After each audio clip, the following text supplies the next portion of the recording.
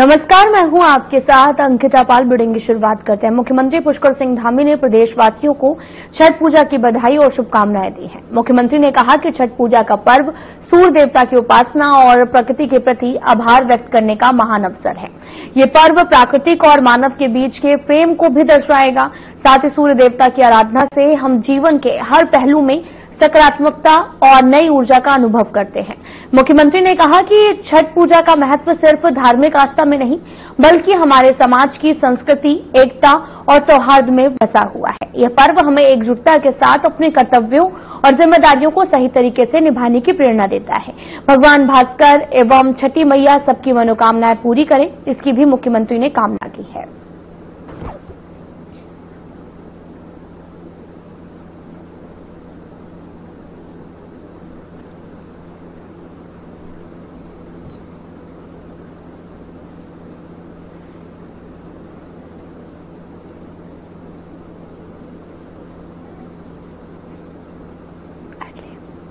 आपको बताते चलें कि सीएम धामी ने छठ पूजा के सभी को बधाई दी है। आज छठ का दूसरा दिन है। नहाए खाए से इसकी शुरुआत हुई। आज खरना है और छठ पर्व संस्कृति का विराट उत्सव है। और ऐसे में सीएम धामी लोगों के बीच में पहुंचे, उन्हें छठी मैया की सभी को बधाइयां दी और कहा कि छठ पर्व संस्कृति का एक विराट उत्सव है और सभी जगह बड़े ही हर्षोल्लास के साथ, धूमधाम के साथ में छठ पर्व मनाया जा रहा है और सभी को छठ पर्व की बधाई देते हुए सीएम धामी नजर आए हैं। इसकी तस्वीरें आपको हम लगातार दिखा रहे हैं और ये तस्वीरें देहरादून से हैं, जहां पर छठी मैया सभी की मनोकामना पूरी करती हैं।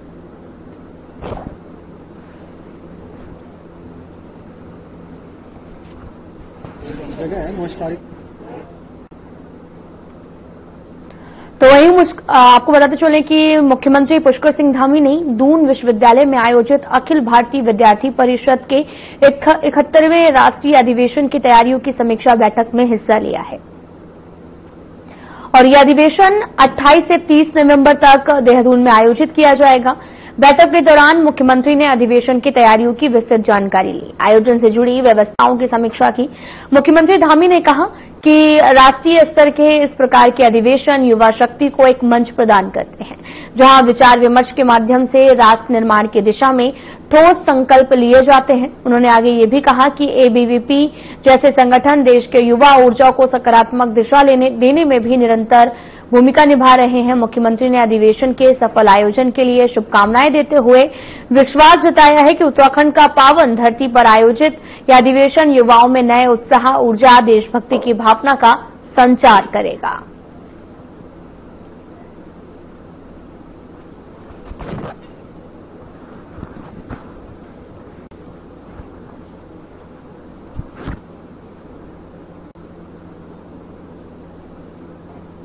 तो आपको बताते चलें कि 28 से 30 नवंबर तक आयोजित किया जा रहा अखिल भारतीय विद्यार्थी परिषद का 71वां राष्ट्रीय अधिवेशन रहा, जहां पर 28-29 तारीख को इसकी शुरुआत की गई है। और साथ ही आपको यह भी बताते चलें कि केंद्रीय टीम बैठक आयोजित की गई।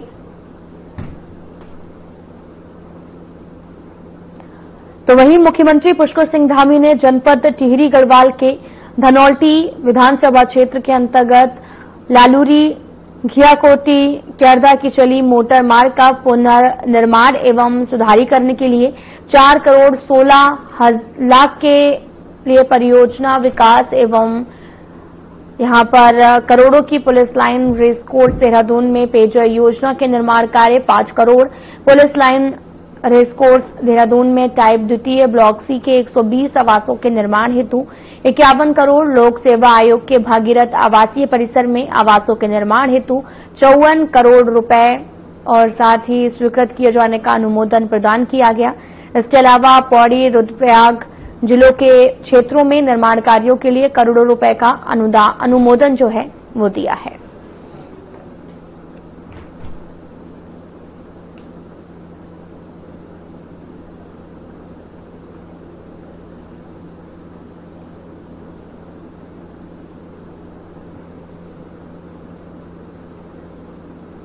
बाबा केदार की पंचमुखी जल विग्रह उत्सव डोली स्थानीय श्रद्धालुओं और तीर्थ पुरोहितों की जयकारों के बीच ओकारेश्वर मंदिर ऊखीमठ पहुंची।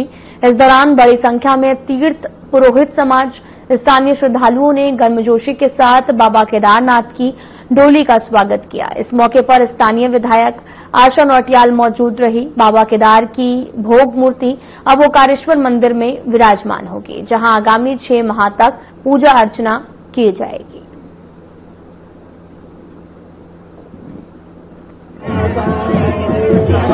जय श्री केदार, हर हर महादेव।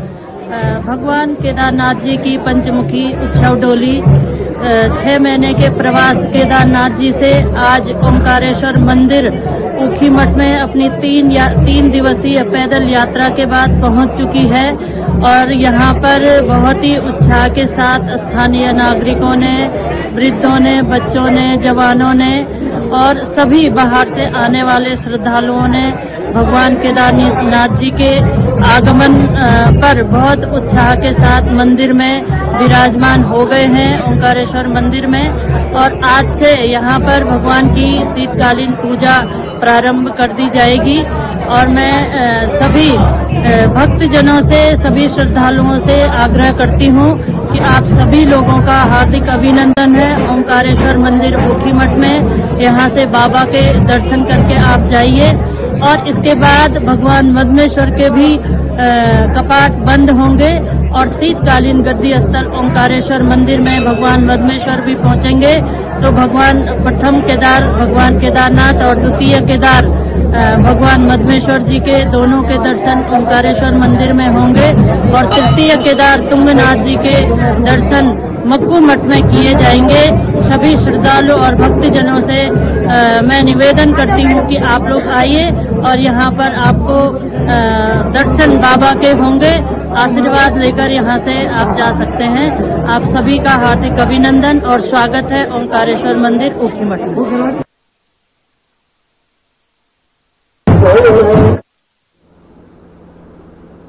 वसंत विहार क्षेत्र में 22 अक्टूबर को 4 लोगों ने एक व्यक्ति के साथ बुरी तरीके से मारपीट की है। मारपीट करने वाले आरोपियों में से पुलिस ने एक आरोपी को गिरफ्तार किया है। वहीं पीड़िता ने शिकायत दर्ज कराई थी कि उनके जीजा के साथ में 4 लोगों ने बुरी तरीके से मारपीट की है, जिसके बाद में उन्हें महंत इंद्रेश अस्पताल के आईसीयू में भर्ती कराया गया, जहां चिकित्सकों ने उन्हें ब्रेन डेड घोषित कर दिया। घटना की गंभीरता को देखते हुए एसएसपी ने आरोपी की गिरफ्तारी के लिए पुलिस टीम गठित की। पुलिस ने जांच के दौरान साक्ष्यों और बयानों के आधार पर आरोपी को गिरफ्तार किया। आरोपी की पहचान गजेंद्र सिंह के रूप में हुई है।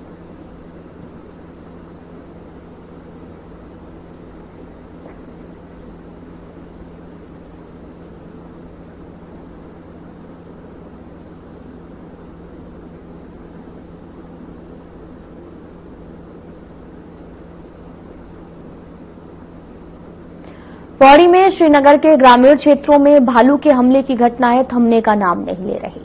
जहां पर आपको बताते चले कि थलीसैंड की अगर बात की जाए तो यहां पर पावर ब्लॉक में भी भालू का आतंक देखने को मिल रहा। पावर ब्लॉक के बनेक गांव के खेतों में घास लेने गई महिला पर भालू ने हमला कर दिया, जिससे महिला गंभीर रूप से घायल हो गई है। घायल महिला को पावो चिकित्सालय लाया गया, जहां प्राथमिक उपचार के बाद उसे जिला अस्पताल पौड़ी के लिए रेफर कर दिया गया है। घायल महिला के पति बलवीर सिंह भंडारी ने बताया कि उनकी पत्नी अपने खेतों में घास लेने के लिए गई थी, तभी झाड़ियों में छुपे भालू ने अचानक से उस पर हमला कर दिया। घटना से ग्रामीण क्षेत्रों के लिए दहशत का माहौल बना हुआ है। बलवीर सिंह भंडारी ने बताया कि महिला को करीब 40 से 50 टाके आए हुए हैं।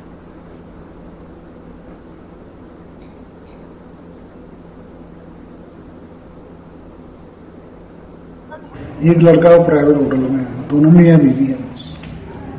गाय बच्ची भी छोड़ रखी है उसे।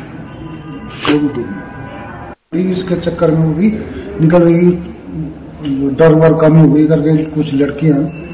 मैंने बोला भी गाय लेने मत जा, आ जाएगी नहीं। उसी टाइम बाद में अचानक हमला कर दिया। भाई हम तो उनसे हाथ जोड़ के विनती कर सकते हैं कि भाई इस दुखद घटना में हमारी थोड़ी सहायता करें, क्योंकि हम भी घर के बेरोजगार हैं। आके खुद इंक्वायरी कर सकते हैं, हमारा कोई नहीं है। हमारे कल शाम को 4 सवा 4 बजे करीब घटना घटी। अचानक रीछ का हमला हुआ। गाय लेने गई थी मोड़ने, अचानक रीछ ने हमला किया। उसके डर के मारे नीचे गिरी, कुछ चोट आई है। उसके बाद गांव वालों को जैसे सूचना मिली, हम भी गए, गांव वाले भी गए, लेने गए तो 1-1.5 घंटा 2 घंटा रास्ते में लग गया। कुछ 108 भी थोड़ी लेट हो गई। उसके बाद पावो आए, पावो में ट्रीटमेंट किया, उसके बाद उन्होंने हम लोग रेफर किया पौड़ी में। रेफर करने के बाद यहाँ के डॉक्टर जो है, डॉक्टर तो बहुत अच्छे थे, उन्होंने अच्छा इलाज किया इमरजेंसी में। उन्होंने कहा भी है कि जो पावो वाले ने अच्छा ट्रीटमेंट दिया उसको। उसके बाद जंगल विभाग वाले कल आए थे, पावो में भी आए थे, अच्छा वो किया। कल शाम को आए थे, आज सुबह नहीं आए, आना था उनको, अभी तक यहीं तक। ये रीछ है जी, रीछ द्वारा, भालू जो कहते हैं, वो रीछ द्वारा हमला हुआ है। बहुत ही ज्यादा हमला है, 40-50 करीब तो टांके आए हुए हैं अंदर बाहर, और गंभीर रूप से बहुत ही घायल है। आवाज भी नहीं आ रही है, खाना भी नहीं खा रही है, उठा के पानी पिलाना पड़ रहा है। पावो से हमारे पे कल रात को आई थी हमारी इमरजेंसी में बियर बाइट का, जो इनकी राइट थाई है उसके अंदर के हिस्से में उसने बाइट किया था। पूरी डीग्लविंग इंजरी थी, मसल तक कटी हुई थी। तो हमने अंदर से लेके लेयर बाय लेयर स्किन तक पूरा सूचर किया है। अभी पेशेंट आईवी एंटीबायोटिक्स पे है, आईवी फ्लूइड्स पे है, ठीक है। और साथ में हमने इनको टेटनस का इम्यूनोग्लोबुलिन और टेटनस का इंजेक्शन चला दिया है। अभी हम 3-4 दिन इनको ऑब्जर्व करेंगे, उसके हिसाब के बाद हम इनको घर भेजा जाएगा। बाद में टांके 14 दिन बाद कटेंगे। अभी अच्छी है, पेशेंट को धीरे धीरे चलाना शुरू करेंगे अभी, है ना। और बाकी तो पेशेंट बाकी तो देखिए जी, टांके ऐसे गिनने तो सही नहीं है थे उसमें, क्योंकि उसमें आप मान के चलिए, अगर आप सोचिए मांसपेशी तक कटी हुई थी तो आप मान के चलिए हमें अंदर से सिलते हुए आना पड़ा। तो जो नॉर्मल जो हमारा टांका होता है, अंदर ही अंदर में मेरे 2 या 3 टांके तो पूरे यूज हुए हैं। उसके ऊपर बाहर जो स्किन पे लगा है वो एक टांका यूज हुआ है। तो मैं ऐसे आपको नंबर तो नहीं बता पाऊंगा ऑब्वियसली बात है, मगर हाँ ये है कि अंदर से सिलते हुए आए तो काफी सारे टांके लगे।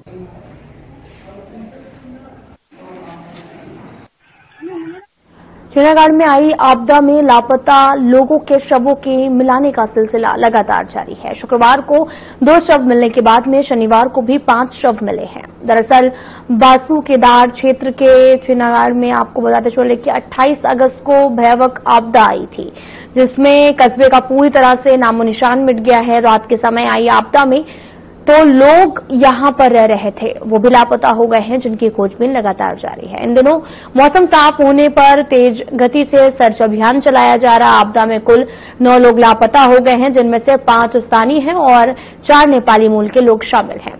7 लोगों के शव बरामद किए गए, जबकि अन्य 2 मिसिंग चल रहे हैं। लोगों को लगातार सर्च किया जा रहा है। और आपको बताते चलें कि जिला आपदा प्रबंधन अधिकारी नंदन सिंह राजवार ने कहा कि आपदा के बाद से लगातार सर्च अभियान चलाया जा रहा। 2 दिनों में 7 शव बरामद हुए हैं और अभी तक 1 शव की पहचान हो पाई है। बाकी शवों की पहचान करने के प्रयास लगातार किए जा रहे हैं।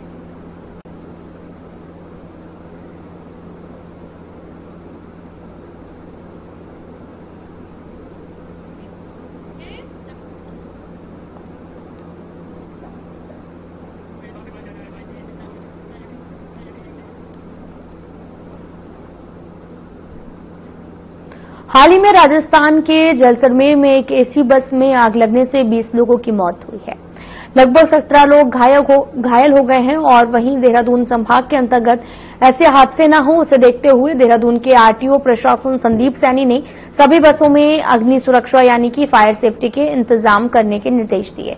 इस बात पर संदीप सैनी ने कहा कि सभी ट्रांसपोर्ट यूनियन और सार्वजनिक बस संचालकों को निर्देश दिए गए हैं कि बसों में वायरिंग की जांच कर लें। साथ ही उन्होंने कहा कि सभी बस संचालकों से कहा गया है कि बसों में अग्निशमन यंत्र की जांच करें, चालकों को उसे उपयोग करने की ट्रेनिंग भी दें, ताकि कोई हादसा होने पर तुरंत स्थिति को नियंत्रित किया जा सके।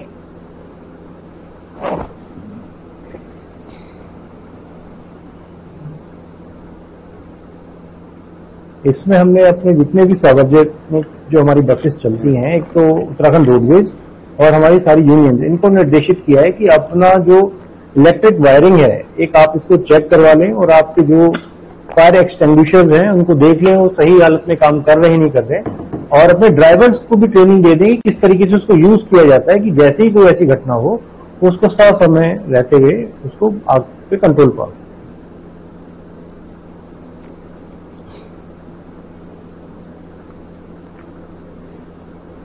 फिलहाल यहां रुकते हैं एक छोटे से ब्रेक के लिए।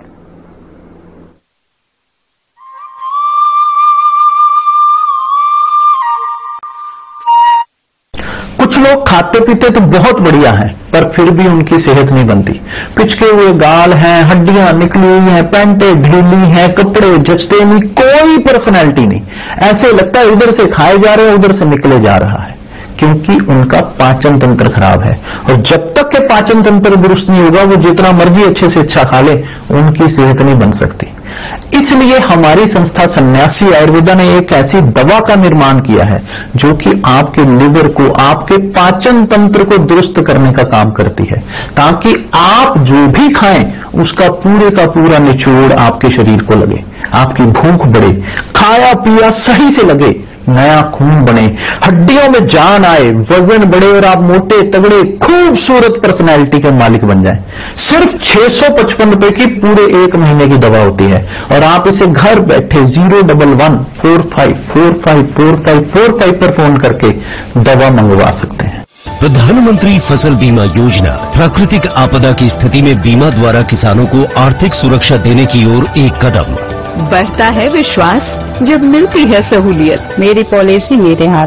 हमने फसल बीमा योजना को अधिक प्रभावी बनाया, उसके दायरे में ज्यादा किसानों को लाए। मेरा नाम सुनील है, हरियाणा डिस्ट्रिक्ट से बिलोंग करता हूँ। मेरे पास 12 एकड़ जमीन है। अब की बार मैं टोटल नुकसान मानता हूँ मौसम परिवर्तन का, यानी कीटों के कारण लगभग 50% नुकसान हुआ है। ये फसल बीमा स्कीम बहुत ही बढ़िया स्कीम है। पिछली बार किसानों की 100% कोटम खत्म हो गई थी, तो कंपनियों ने बीमा दिया है, किसानों को कुछ न कुछ भरपाई हो गई। मैं तो चाहता हूँ हर किसान को बीमा करवाना चाहिए। मेरी पॉलिसी मेरे हाथ अभियान के तहत बीमा कंपनियां पहुंचा रही हैं आपकी फसल बीमा पॉलिसी आपके द्वार। अपनी फसल बीमा पॉलिसी की जानकारी लेने के लिए गांव में आयोजित शिविर या फसल बीमा पाठशाला में जरूर आए। फसल बीमा से संबंधित जानकारी के लिए हेल्पलाइन नंबर 14447 पर कॉल करें। फसल बीमा कराओ, सुरक्षा कवच पाओ। चुलबुलापन जिसकी हर बात में खुल जाए। मेरी कैसी मेरी अपनी पताका चाय, गजब का स्वाद।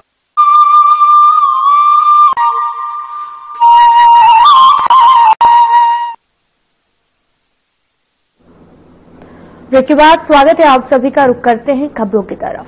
तीर्थ नगरी ऋषिकेश में मां गंगा के प्रति कुछ पर्यटकों का व्यवहार आस्था को ठेस पहुंचाने वाला साबित हो रहा।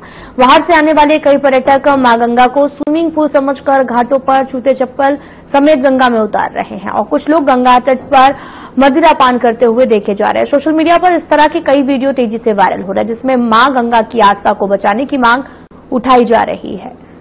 और इस मामले में राष्ट्रीय हिंदू शक्ति संगठन के प्रदेश अध्यक्ष ने नाराजगी जताई है और कहा कि ऐसी गतिविधियों को रोकने के लिए कोई सख्त व्यवस्था नहीं है। हरिद्वार की हर की पैड़ी पर जिम्मेदार संस्थाएं इस पर कड़ा नियंत्रण रखती हैं और साथ ही चेतावनी दी गई है कि अगर जल्द कार्रवाई नहीं हुई तो आंदोलन किया जाएगा।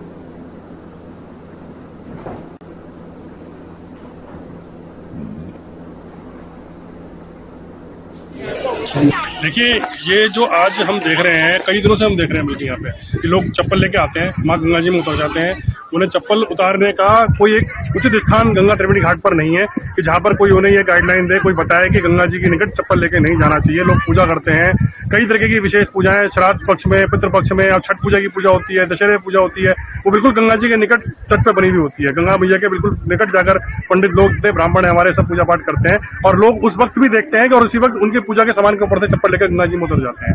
इसे देखने का, रोकने का कोई यहाँ पर प्रबंध नहीं है, कोई ऐसा प्रबंध नहीं दिखाई देने जा रहा है। और अब मैं ये देख रहा हूँ कि लोग जो सनातनी है, हिंदू है, वो ये बात जानते हुए कि ये गंगा मैया है, उसके बावजूद भी गंगा जी में उतर जाते हैं क्योंकि लोग सिर्फ इन्हें बहता हुआ पानी मान रहे हैं। वो जैसे कि पुराना गाना है कि मानो तो गंगा माँ हूं, ना मानो तो बहता पानी, वही आज हम देखने को मिल रहा है। मैडम ये क्या कर रही है? मुख्यमंत्री पुष्कर सिंह धामी से शनिवार को मुख्यमंत्री कैंप कार्यालय में उत्तरांचल ग्रामीण बैंक के प्रतिनिधियों ने भेंट की है। इस अवसर पर बैंक प्रतिनिधियों ने आपदा प्रभावितों की सहायता और पुनर्निर्माण कार्यों के लिए 35,49,371 मुख्यमंत्री राहत कोष में प्रदान किए हैं। मुख्यमंत्री धामी ने बैंक प्रबंधन का इस सहयोग के लिए आभार जताया और कहा कि ये योगदान आपदा प्रभावितों की मदद और पुनर्निर्माण कार्यों में महत्वपूर्ण भूमिका निभाएगा। उन्होंने कहा कि समाज के सभी वर्गों द्वारा किए गए सहयोग अत्यंत सराहनीय है। इससे पीड़ितों को राहत प्रदान करने में मदद मिलेगी। मुख्यमंत्री धामी ने नागरिकों से अपील की है कि वे भी इस प्रकार के योगदान से आपदा प्रभावितों के पुनर्वास में सहयोग दें, जरूरतमंदों की मदद के लिए आगे बढ़ें।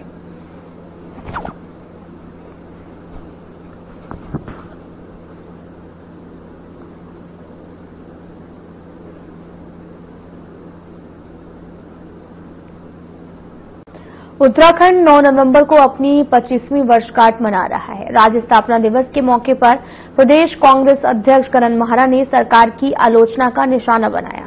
करण माहरा ने कहा कि यह खुशी का अवसर है, लेकिन सरकार को कम से कम 9 से 10 दिन का सत्र बुलाना चाहिए था। सत्र में जन संस्कारों से जुड़े मुद्दे उठते हैं, जनता के सवालों का समाधान होता है। उन्होंने आरोप लगाया कि बीजेपी सरकार में कई भर्ती घोटाले हो चुके हैं, जिन पर चर्चा होना जरूरी था।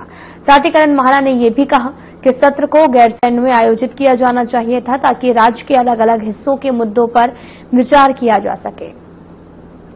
कांग्रेस अध्यक्ष ने स्पष्ट किया, सरकार जनता के प्रति जवाबदेह नहीं है और उन्हें अपनी जवाबदेही निभानी चाहिए। देखिए, 25 साल पूरे हो रहे हैं और ये बड़ी बात है, हमारे लिए खुशी की बात है, लेकिन सरकार ने मजाक बना दी है। सत्र अगर बुलाना ही था तो कम से कम 9 दिन का 10 दिन का बुलाते। 3 तारीख से आप सत्र अगर बुला रहे हैं 3-4 का, तो आपको 3 तारीख से उसको 9 तारीख तक कंटिन्यू करना चाहिए था। कम से कम जिस दिन राज्य का गठन हुआ 9 नवंबर को, तब तक सत्र चलाते, जन सरोकारों से जुड़े हुए मुद्दे उठते, लोग जानना चाहते हैं आपदा में क्या क्या स्थितियां रही, क्या हालात हैं और हमारी क्या आर्थिक स्थिति है, उस पर सदन में चर्चा होनी चाहिए थी। अटेंडेंस लगा रहे हो क्या आगे में?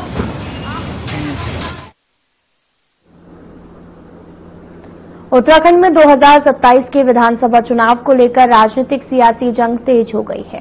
पूर्व मुख्यमंत्री हरीश रावत ने कहा कि 2027 का चुनाव नहीं लड़ेंगे, पार्टी की जिम्मेदारी 4 कंधों पर छोड़ रहे हैं। उन्होंने गणेश गोदियाल, प्रीतम सिंह, करण माहरा, यशपाल आर्य का नाम लिया है। बीजेपी ने इस बयान पर पलटवार किया। बीजेपी प्रवक्ता कमलेश रमन ने कहा कि कांग्रेस में नेताओं की अपनी अपनी दुकानदारी चल रही है। वरिष्ठ नेता सभी एक दूसरे की टांग खिंचाई में लगे रहते हैं।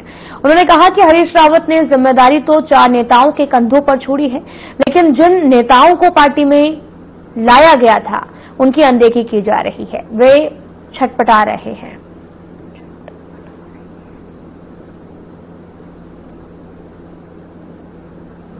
बिल्कुल, देखिए, एक कांग्रेस के अंदर एक बहुत बड़ा अलग अलग का जो दुकानदारी है, जो उनका अलग अलग टेबल लगा करके जो दुकानदारी उनकी चलती है, कहीं ना कहीं चाहे उनके वरिष्ठ नेता हो चाहे उनके कनिष्ठ नेता हो, लगभग एक दूसरे की जो टांग खिंचाई पे रहते हैं, तो वो कहीं ना कहीं उनको गर्द में ले जाने का काम कर रही है। और उन्होंने जिस तरीके से वरिष्ठ नेता है कांग्रेस के, उन्होंने कहा चतुर्भुज जो नेता है, हमने उनके कंधों पर जिम्मेदारियां सौंप दी हैं, तो कहीं ना कहीं सबसे ज्यादा टांग खिंचाई तो वही करते हैं। उन्हीं सब कार्यकर्ताओं की जिम्मेदारी आप उनको दें या ना दें, कोई फर्क नहीं पड़ता।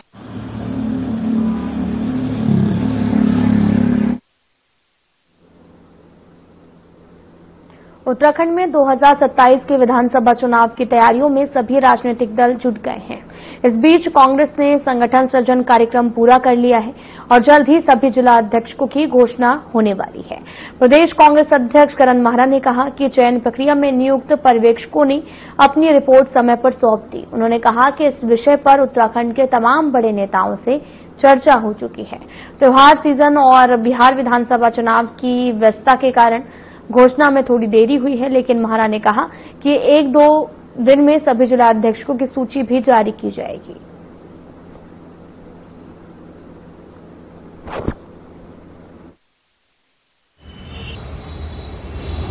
लेकिन लिस्ट तो दिवाली से पहले आ जानी थी, लेकिन चूंकि त्योहार आगे, धनतेरस, फिर छोटी दिवाली, बड़ी दिवाली, फिर गोवर्धन पूजा, फिर भैया दूज, तो लगातार था और बिहार चुनाव को लेकर पार्टी में अति व्यस्तता थी। टिकट्स के वितरण का भी टाइम इसी समय चल रहा है, तो इसलिए थोड़ा डिले हो गया। मुझे लगता है 1-2 दिन में ही जो फाइनल लिस्ट है वो सब सामने आ जाएगी।